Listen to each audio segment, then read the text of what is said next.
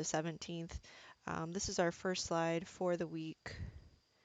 Let me make this bigger so we can get going. Okay, here we go. So the name of this one is called The Illustration from the Results of the First 5-Year Plan. It's by the artist. Her name is Varvana Stepovona, done in 1932, and it's a photo montage, which, if you think about Photoshop, it's like an earlier version of Photoshop.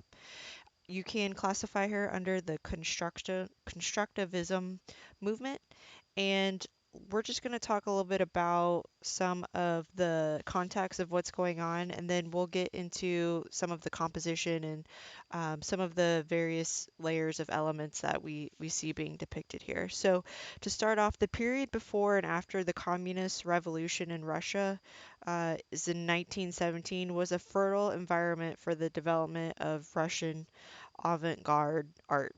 So one of the Russian avant-garde movements was this constructivism. Its aims were primarily social, utilitarian, and materialist.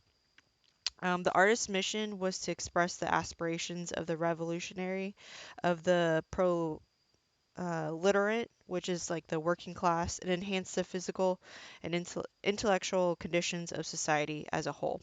So, hence, the constructionists are eager acceptance of machine production, architectural engineering, manufactured materials, photographic, and other means of mass communication. So, the artist, Stepnova, was a constructivist and she was deeply committed to supporting communist ideals. She is well known for contributing works to the magazine The USSR in Construction, a propaganda publication that focused on the industrialization of the Soviet Union under Joseph Stalin, who is um, going to be someone that we'll discuss shortly. Um, let's see. This magazine was created to show the Western European countries it targeted that the USSR was also a leading force in the global market and economy. So the images like this were included because that's the way people could see with their own eyes the success of the communist system. So a little bit about the composition of what we see. It's designed to portray the achievements of Stalin's first 5-year plan, which was begun in 1928. The plan was designed to grow the Soviet economy and accelerate its industrialization through collective farming, creating a military and artillery industry, and increasing steel production.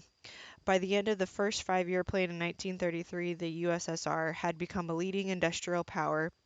The results were exaggerated to make the Soviet Union look good.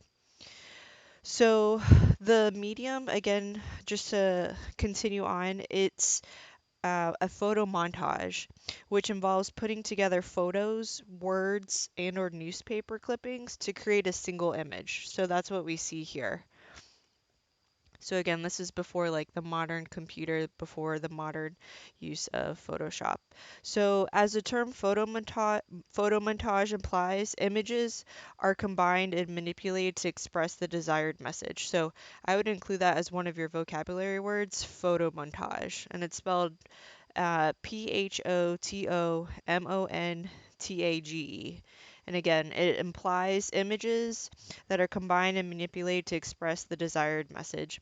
So this image is celebrating the results of the first 5-year plan, is the artist's interpretation of events under the strict supervision of the party, um, the idealiques.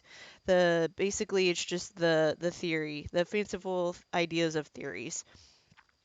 So who led the revolution in 1917 and founded the USSR in 1922? Oh, excuse me, sorry.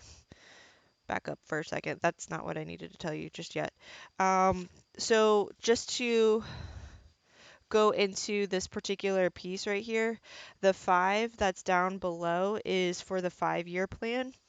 And if you see the letters CCP, CCCP, this actually is resemblance of the USSR, the official name for the country Lenin founded. Okay, so you got someone named Lenin you need to write down. And basically, what these are supposed to address, these giant horns, is basically a way for the public to address speakers. And they're pointed, if you can see, in the direction left, and it's to suggest movement. Change is spreading the message and benefits of communism to others. If you notice in the center, there's some electrical tower lines, and this is for the industrial progress. And over here we have a huge photo of Lenin, and we'll talk about him in just a second. In the center is transmission lines that connect Lenin with the loudspeakers. This is just to show some dramatic diagonals.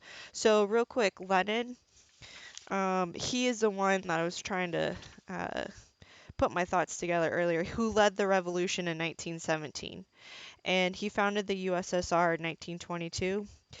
He's dead by this point, but still adored as the revolutionary leader.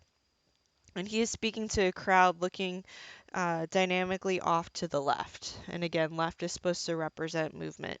And if you notice, the color red is pretty prominent in this particular piece. So that is used dynamically behind him in the lower right-hand corner as the color of the electrical tower shown. The success of the plan is spreading. And technology across the whole country, which is transformed and energized both literally and figuratively. If you notice the colors of these photographs, you see some that are in black and white, and then you also see some that are in another type of a color. It's called sepia.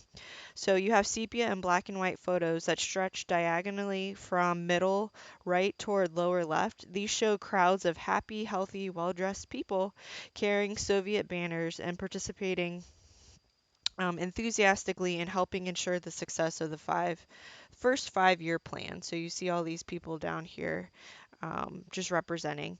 The hostile of the crowd helps communicate the communist ideals, focus on the good of the whole rather than the individual, and the masses of people celebrating suggests the popularity of the plan. You guys, we're almost done. So the plan, however, the plan was actually the cause of suffering and death. So the plan resulted in radical measures that forced farmers to give up their land and livestock. Many people were reduced to extreme poverty, and famine became widespread. So what started off as a positive propaganda became little by little a means to hide a disastrous economic policy from the rest of the world. So Stepanova admits no fault or imperfection in the results of the first 5-year plan. So that's going to basically wrap us up for this particular one. Again, this is under the constructivism uh, movement. This is in Russia, or excuse me, the USSR, yeah, Russia. And I think that's going to wrap us up for this particular one. Okay, over and out.